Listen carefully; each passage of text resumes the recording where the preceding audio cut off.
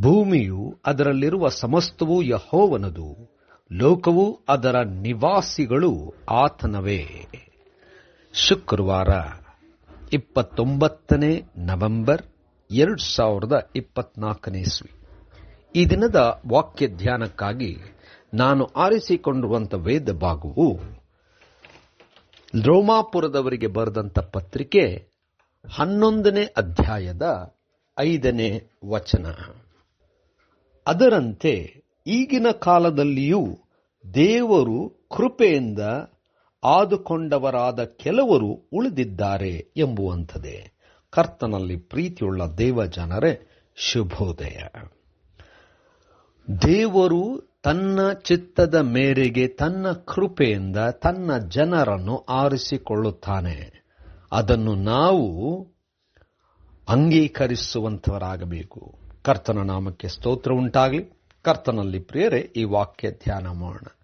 ಈ ದಿನದ ವಾಕ್ಯ ಧ್ಯಾನದ ಶೀರ್ಷಿಕೆ, ದೇವರು ತನ್ನ ಕೃಪೆಯಿಂದ ಆದುಕೊಳ್ಳುತ್ತಾನೆ.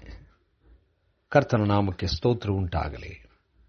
ಈ ಒಂದು ಸಂದರ್ಭ ನಾವು ನೋಡುವಾಗ, ನಾವುಗಳು ನಮ್ಮ ಒಳ್ಳೆ ಕಾರ್ಯದ ನಿಮಿತ್ತವಾಗಿ ಅಥವಾ ನಾವು ಆಚರಿಸುವ ಅನೇಕ ಪದ್ಧತಿಗಳ ನಿಮಿತ್ತವಾಗಿ ನಮ್ಮನ್ನು ದೇವರು ಆರಿಸಿಕೊಂಡಿಲ್ಲ ಎಂಬುದಾಗಿ ಸ್ಪಷ್ಟವಾಗಿ ಇಲ್ಲಿ ಬರೆಯುವಂಥದ್ದನ್ನು ನೋಡುತ್ತೇವೆ. ದೇವರು ತನ್ನ ಕೃಪೆಯ ನಿಮಿತ್ತವಾಗಿ ತನ್ನ ಜನರನ್ನು ಅವರ ಹೃದಯದಲ್ಲಿ ನೋಡುತ್ತಾ ಅವರನ್ನು ಆರಿಸಿಕೊಳ್ಳುವಂತವನಾಗಿದ್ದಾನೆ. ವಿಶೇಷವಾಗಿ ಎಲಿಯನು ತನ್ನ ಸಮಯದಲ್ಲಿ ಬಹಳಷ್ಟು ನೊಂದು ದೇವರ ಮುಂದೆ ಕಾಣಿಸಿಕೊಳ್ಳುತ್ತಾ, ನಾನೊಬ್ಬನೇ ದೇವರ ನಾಮವನ್ನು ಮಹಿಮೆಗೆ ತರುತ್ತಾ ದೇವರ ಕಾರ್ಯವನ್ನು ಮಾಡುತ್ತಾ ಇದ್ದೇನೆ, ಇಸ್ರೇಲ್ ಜನರೆಲ್ಲರೂ ಕೂಡ ದೇವರ ವಿರುದ್ಧವಾಗಿದ್ದಾರೆ ಎಂಬುದಾಗಿ ಅಳುತ್ತಾ ದೇವರ ಮುಂದೆ ಕಾಣಿಸಿಕೊಳ್ಳುವಾಗ, ದೇವರು ಹೇಳಿದಂಥ ಮಾತು, 7,000 ಜನರು ನನಗೋಸ್ಕರವಾಗಿ ಈಗಲೂ ಇದ್ದಾರೆ, ಅವರನ್ನು ಉಳಿಸಿದ್ದೇನೆ ಎಂಬುದಾಗಿ ಹೇಳಿದನು.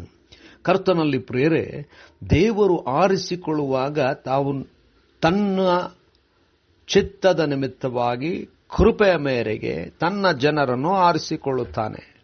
ಅವರು ಯಾವ ರೀತಿಯಲ್ಲಿ ನಂಬುತ್ತಾರೆ, ಅವರ ಹೃದಯದಲ್ಲಿ ಇರುವಂಥದ್ದೇನೆಂಬುದಾಗಿ ದೇವರೇ ಬಲ್ಲವನಾಗಿದ್ದಾನೆ. ಅವರ ನಂಬಿಕೆಯ ನಿಮಿತ್ತವಾಗಿ, ದೇವರ ಕೃಪೆಯ ನಿಮಿತ್ತವಾಗಿ ಆರಿಸಿಕೊಳ್ಳುತ್ತಾನೆ. ಈ ಹೊತ್ತು ಕೂಡ ಅನೇಕರು ದೇವರನ್ನು ನಂಬುತ್ತಾ ಒಳ್ಳೆಯದನ್ನು ಮಾಡುತ್ತಾ ದೇವರ ಕೃಪೆಗೆ ಪಾತ್ರರಾಗಿ ಆರಿಸಲ್ಪಟ್ಟಿದ್ದಾರೆ. ನಾವು ಮಾತ್ರ ಅಲ್ಲ, ಅನೇಕರು ದೇವರಿಂದ ಆಯ್ಕೆಯಾಗಿದ್ದಾರೆ. ಅದನ್ನು ನಾವು ನಂಬಬೇಕು, ಸ್ವೀಕರಿಸಬೇಕು. ಅದು ದೇವರ ಚಿತ್ತ, ದೇವರ ಕಾರ್ಯ, ದೇವರ ಕೃಪೆ. ನಾವಂತೂ ನಂಬಿಕೆಯಿಂದ ದೇವರ ಕಾರ್ಯವನ್ನು ಮಾಡುತ್ತಾ ದೇವರನ್ನು ಮಹಿಮೆ ಪಡಿಸೋಣ. ಕರ್ತನೇ ದಯಾಮಯ ಸ್ವಾಮಿ ಕೊಟ್ಟಂತ ಕೃಪೆಗೂ ನಡೆಸಿದಂಥ ರೀತಿಗೂ ಸ್ತೋತ್ರವಾಗಲಿ. ಯೇಸುವಿನ ನಾಮದಲ್ಲಿ ಪ್ರಾರ್ಥನೆ ದೀನತೆಯಿಂದ ಬೇಡಿದೆವು ತಂದೆಯೇ, ಆಮೆನ್.